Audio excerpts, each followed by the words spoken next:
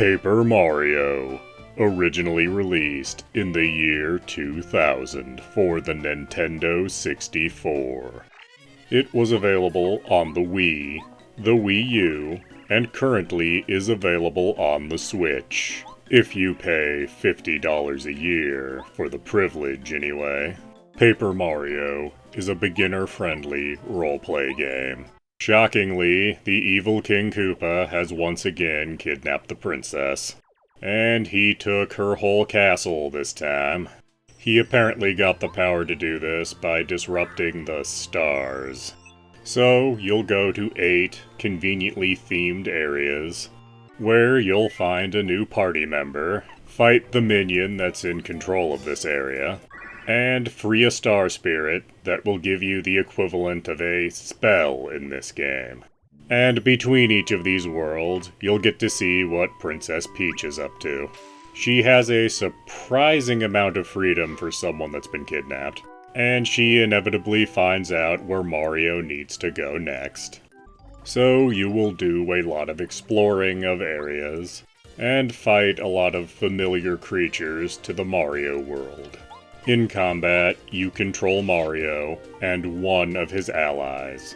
There are 8 allies in total, but you can only have one in combat at a time. Every move in combat has some kind of timing game associated with it.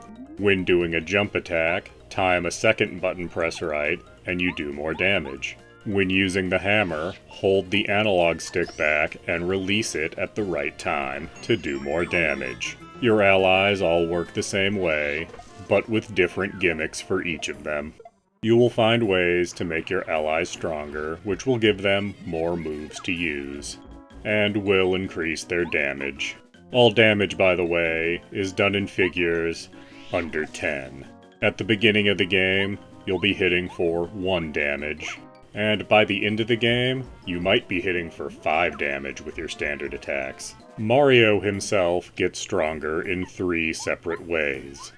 By gaining experience and leveling up, by equipping badges to do special attacks, and by getting pieces of equipment at certain points in the story. When you level, you get to increase one of 3 things: your hit points, your flower points, or your badge points.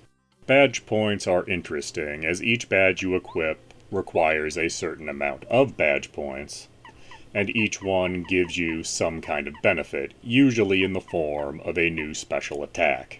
But they can do other things, such as just raising your attack value, or your defense value, or give you more hit points or flower points, though that is sort of a waste, as you could have just chosen that instead of the badge points.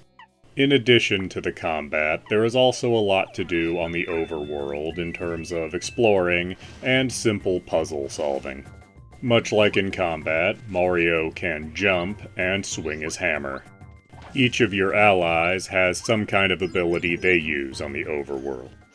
And as the game goes on, you'll find more complicated puzzles where you need to use more than one partner's ability to solve them. And you'll spend a lot of time switching your various allies in and out. There is also a healthy amount of optional content. You can fight in a dojo, or do favors for a particularly old Koopa. Search around areas to find star shards that can be traded for various things. And many more things if you're willing to hunt around for them a bit.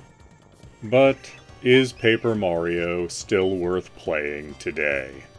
Yes, very much yes. It is the game I often recommend to people who want to know what playing a role-play game is like. This is for several reasons. One, that it is fairly easy, and also fairly short, only clocking in at about 24 hours. The game also avoids any kind of melodrama, being very humorous and tongue-in-cheek throughout.